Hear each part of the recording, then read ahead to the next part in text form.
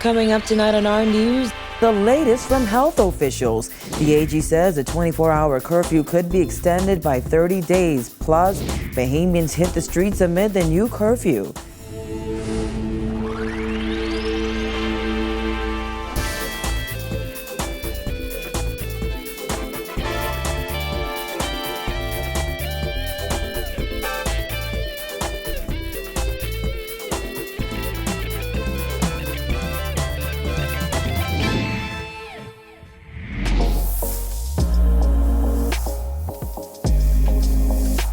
Our news is brought to you by Alive. Welcome to our news and thanks for joining us. I'm Vonnie Tude. Topping news tonight, Minister of Health Dr. Dwayne Sands has confirmed a case of coronavirus on Grand Bahama, bringing the total number of confirmed cases in the Bahamas to 5. This as Sands warned Bahamians that if they do not stay home, the country will have many deaths. Jared Higgs reports. As of Tuesday, the 24th of March, the Ministry of Health has confirmed 5 cases of COVID-19 in the Bahamas. Sands made the announcement at a delayed press conference where he confirmed that a woman tested positive and it was the first confirmed case outside New Providence. The latest case is in Grand Bahama and has no significant travel history. Contact tracing is aggressively underway. What makes this especially challenging is that we are still recovering from Hurricane Dorian. Health officials say that confirmed case in Grand Bahama does not currently have symptoms and is not hospitalized. There is also reportedly no link with case 1, who's expected to be released from hospital today. And with only 200 COVID-19 tests conducted throughout the country, the question on many people's mind was, why then was this woman tested? The patient would have presented to the healthcare system and she was having like mild respiratory illness, and she would have then she would not have had the history of travel. So she was not high on the list for being tested based on the protocols. But she later on developed, some shortness of breath. And so she was tested and her test came back positive. In an unprecedented attempt to contain COVID-19 in the Bahamas, Prime Minister Dr. Hubert Minnis last night ordered a 24-hour national curfew and the closure of airports, docks, ports, and beaches throughout the country with certain exceptions. Sands doubled down on the importance of Bahamians complying with the order. If we as a people listen, that would lessen the impact on our country. But if we do not listen, the virus will spread and we will have many deaths. Sands says the Bahamas has conducted 200 tests, with 5 of those coming back positive for COVID-19. Those 5 confirmed tests mean that 2.5% of people tested have tested positive. More testing is expected to be carried out in the coming days as more testing kits are expected to become available soon. There are 1,750 test kits on New Providence, and the first 300 of 10,000 rapid kits have arrived in Nassau. Worldwide, there have been more than 415,800 confirmed cases of COVID-19 coronavirus. More than 18,500 people have died, nearly 7,000 of them in Italy and another 2,800 in Spain. Reporting for our news, I'm Jared Higgs. The 24-hour curfew, which took effect this morning to prevent the spread of COVID-19, is likely to be extended until the end of April, according to Attorney General Carl Bethel, who says dire warnings from medical experts, as well as Bahamians ignoring calls to practice social distancing, prompted government to make that tough call. Jasmine Brown reports. The AG says it's busy roadways like this that prompted the government to enforce an even stricter curfew that he says could be extended by 30 days. The AG told our news team that the 30-day extension is being pushed by medical experts who are now warning there will soon be an uptick in cases. He expects the extension to be debated in the House of Assembly on Monday. The medical professionals have already urged at least a 30-day extension. And a resolution is before the House of Assembly. The House has adjourned to the 30th with the intention that this will be the matter that they will debate and pass. The AG added that he believes the resolution to extend the curfew will pass unanimously, as he says even the opposition understands the dire need to be proactive in responding to the COVID-19 pandemic. The government is in full consultation with the opposition. They now appreciate that the importance of adhering to the best medical advice. If that medical advice says that we need to have an extension of the curfew, period, then I'm sure that the House will unanimously support and implement that recommendation. On Monday night, Prime Minister Dr. Hubert Minnis ordered a 24-hour national curfew. It came 4 days after he imposed a nighttime curfew that ordered everyone except essential workers to stay off the streets between 9 p.m. and 5 a.m. But the AG says the original curfew was proving insufficient as people were not practicing strict social distancing during the day. The government sought to have a situation with voluntary social distancing, and that is why the curfew, as it originally was simply for during the evening hours. We had a meeting with health professionals on Sunday, and they strongly advised that we have a 24-hour curfew, because that is the only way they felt that the broader society would get the message.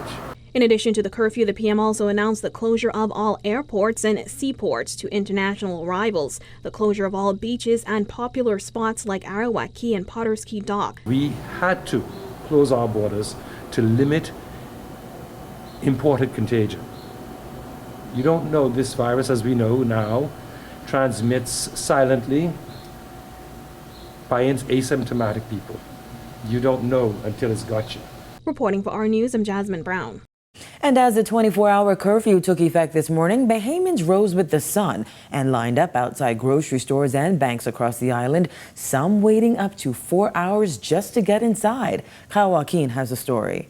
As you can imagine, patience is the word of the day, as many shoppers tell us they've been waiting in line for hours, some as early as 7 a.m. We stand in line for about 15 minutes. Oh, because you're considered a senior citizen?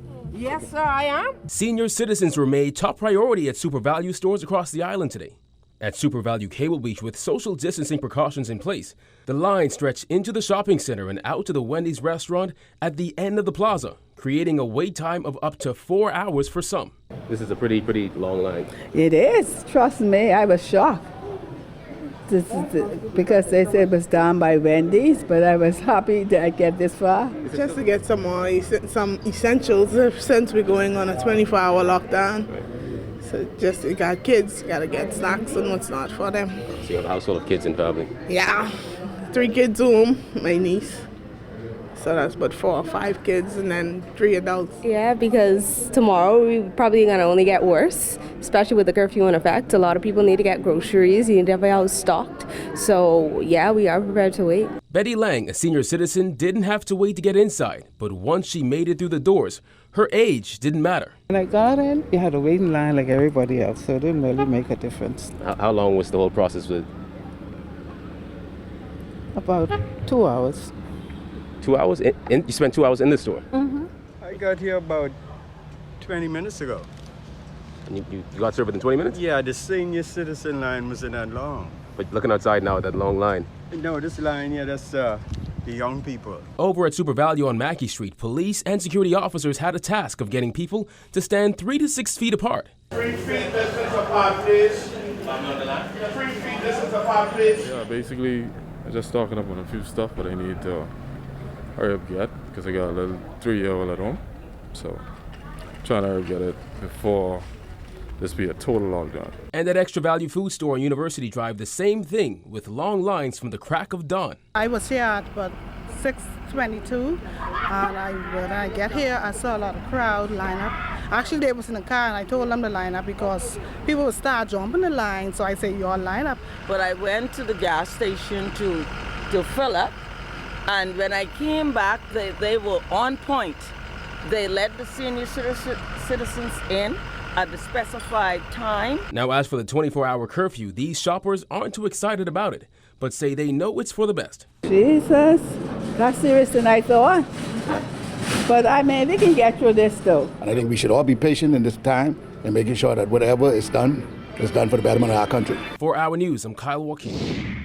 And over on Grand Bahama, police say 4 men were arrested for a violation of curfew last night. They're expected to be arraigned in the magistrate's court this week. It comes after 3 men were arrested over the weekend and charged in the magistrate's court in Freeport. They all entered a guilty plea and were fined and sentenced. These will be very difficult times for the Bahamian economy, according to Minister of Finance Peter Turnquest, who told reporters outside Cabinet Office today the country could experience a very sharp recession. Giorgio Bain reports. A very sharp recession is being predicted by Finance Minister Peter Turnquest, who said if the economic situation is not adjusted before the third quarter, the country could be in for serious problems. The fact is that we're probably already in recession, and this is not just a gentle recession. This looks like it's going to be a deep and very sharp recession. Hopefully, again, we can get this virus under control for the July-August time frame so that we have an opportunity to catch ourselves before the third quarter.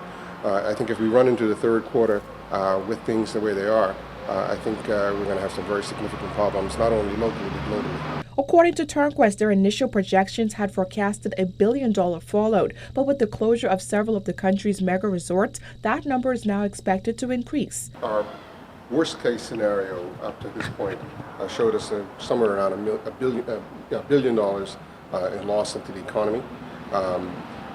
With the shutdown now, we certainly have to go back and reevaluate. And I expect that would probably go higher, unfortunately. So I think this is going to be a long-term problem for us, certainly well into the new year.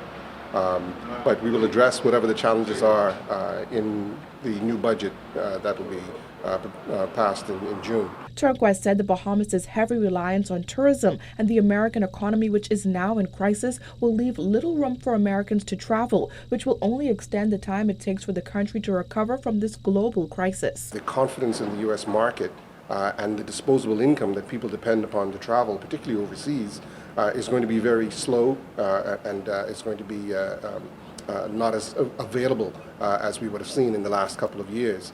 And so that means that the long-term effect for us is going to be significant. Because as we all know, and that saying that goes that if the U.S. catches a cold, we catch the flu, but literally we might catch the flu on this one. And as there's a lag in the downside effects to us, so will be a lag in the recovery for us. Despite admitting that these are stressful times for his ministry, Turnquest remains confident that the government has enough financial headspace to keep the country afloat until the next budget cycle. Reporting for Our News, I'm Giorgio Bain. Minister of Tourism Dionisio de Aguilar says the tourism industry has come to a screeching halt and the financial effects will be nothing less than cataclysmic. Turn on any news channel anywhere in the world and people are talking about trillions. They ain't talking billions or millions, it's trillions. And so the impact of the whole entire planet screeching to a halt is significant, and it's not missing out the Bahamas. We will incur the impact of this. Everything is at a standstill. As a result of the global spread of the coronavirus, major hotels in the Bahamas have announced closures and temporary layoffs of thousands of hotel workers. Atlantis Paradise Island, which has a staff complement of more than 7,000, advised workers over the weekend that they will be temporarily laid off for 4 weeks. Meanwhile, Bahamar announced the property will close on March 25th until further notice. De Aguilar says the impact will be devastating. 48% of our direct employment, 40% of our GDP. It's huge. Tourism has come to a screeching halt across the planet, and being one of the, if not the most tourism-dependent economy in the Caribbean, we feel it significantly. It's devastating. I think I used the word cataclysmic. Still to come on Our News, public beaches go from crowded to closed. Plus, Bahamas Air to suspend its operations. Stay tuned.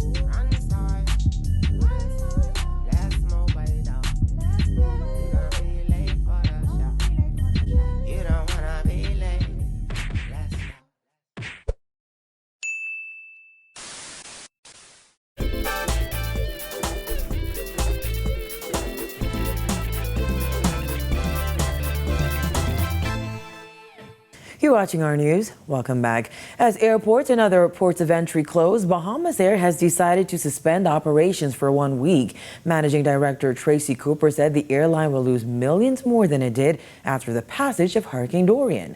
Jillian Gray has that. For the next 7 days, Bahamas airplanes will be grounded. The airline canceled both domestic and international flights due to the growing COVID-19 pandemic. When our news visited Lynden Pinling International Airport, both the domestic and international terminals were virtually empty. By 2 p.m., the last Bahamas Air flight had left, and when it returned at 5 p.m., the airline was officially shut down. We did have a significant revenue decline from Hurricane Dorian. As related to COVID-19, the effects is even worse because at least with Dorian, we were able to still have the rest of the Bahamas and the Florida markets of which to rely on. Bahamas Air in this time of year would easily be generating around anywhere between $5 to $7 million a month.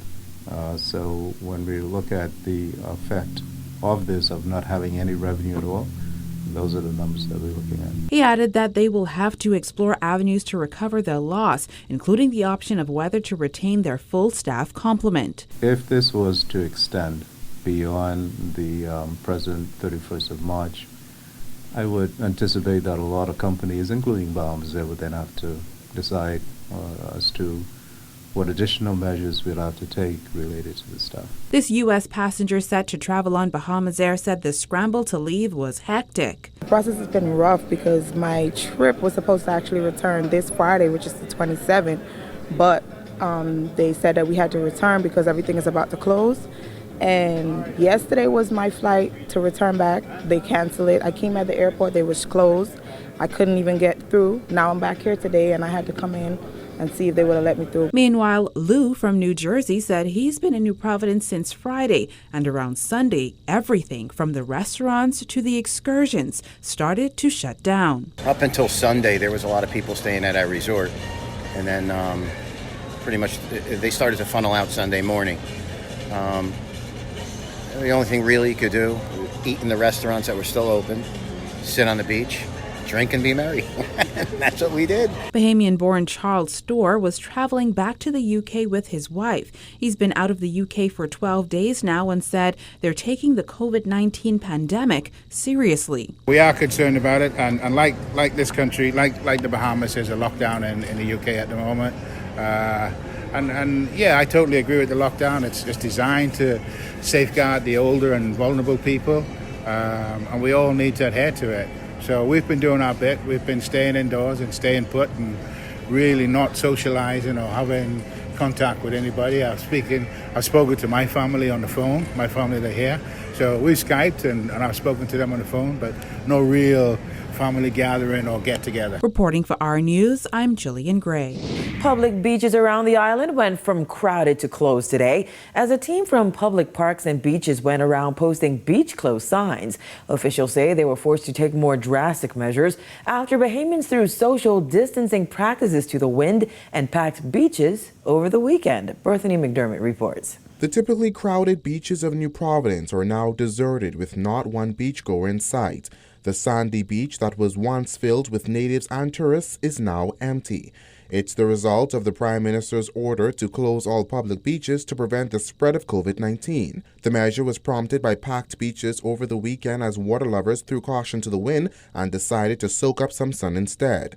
Social media lit up with pictures of the crowded, popular beaches, prompting police officers to step in. This is what we call socializing, right?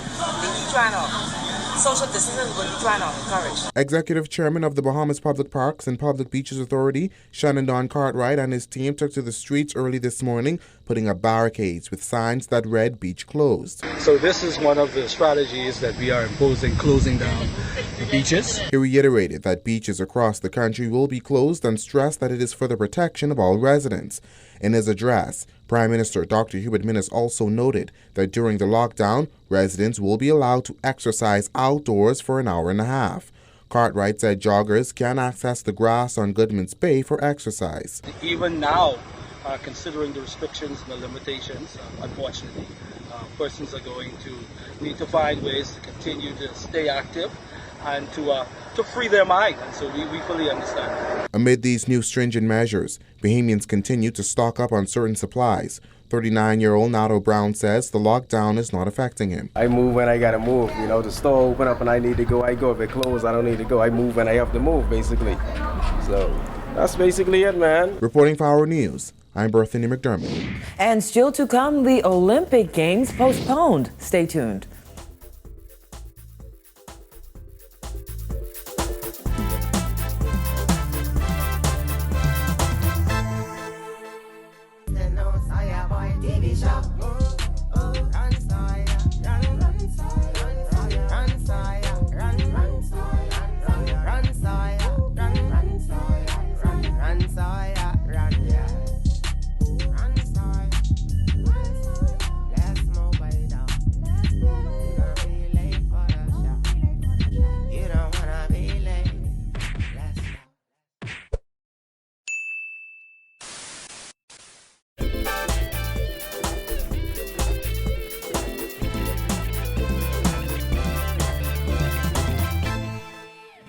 The coronavirus has forced the postponement of the much-anticipated Olympic Games to next year. Marcellus Hall spoke with a local sports leader who played a role in the decision-making process. The sports community continues to be adversely affected by the coronavirus outbreak. The latest bombshell coming with the announcement that the 2020 Olympic Games, scheduled for this summer in Japan, have now been postponed until next year. The historical decision marks a first for the International Olympic Committee, or IOC, which has canceled the games in the past due to World War I and II, but never postponed them.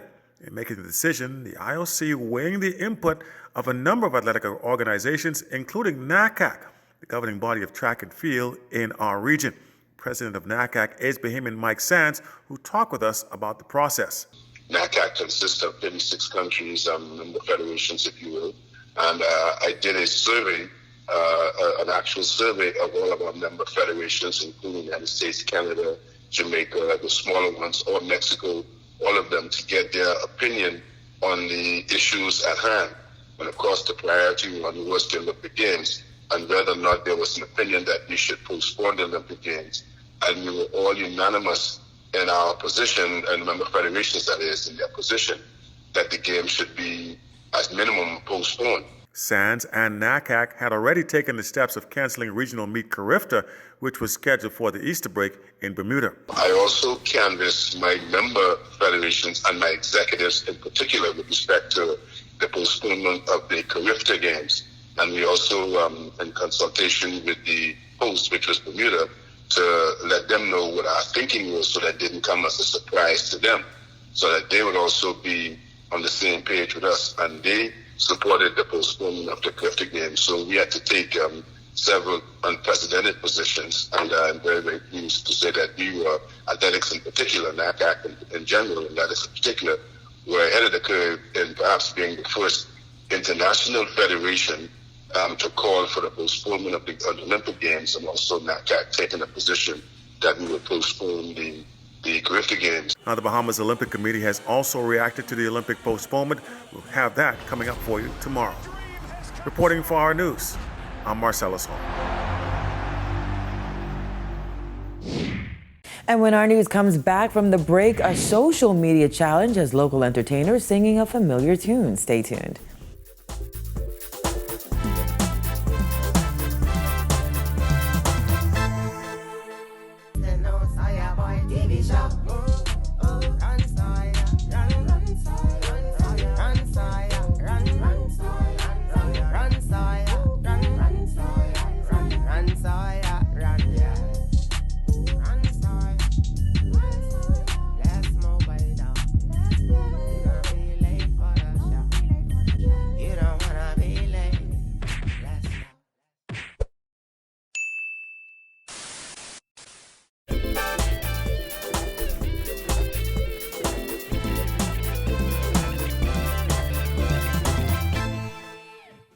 As the coronavirus forces millions of people around the world to spend more time indoors, some people have resorted to participating in dangerous and disturbing social media challenges for entertainment. However, The latest challenge appears to be a lot more positive and uplifting in this time of crisis.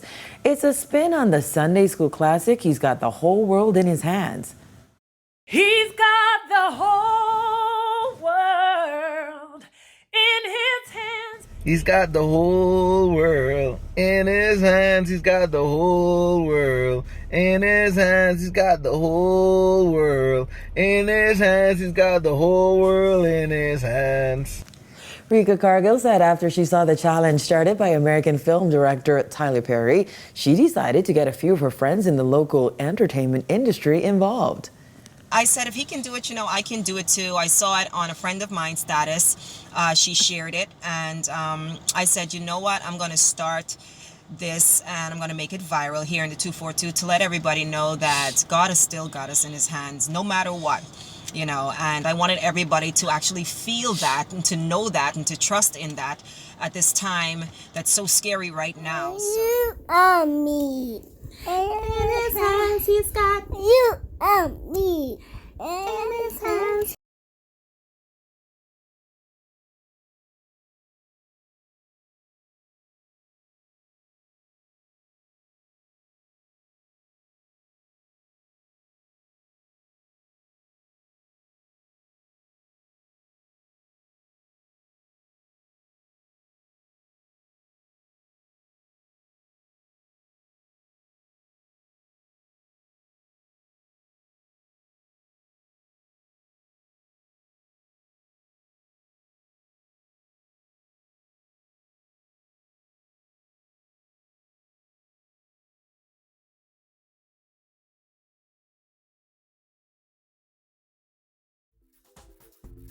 He's got the whole world in his hands. He's got the whole world. And thanks for joining us for our news tonight. On behalf of the entire team, I'm Voinik Toot. We'll see you right back here tomorrow night.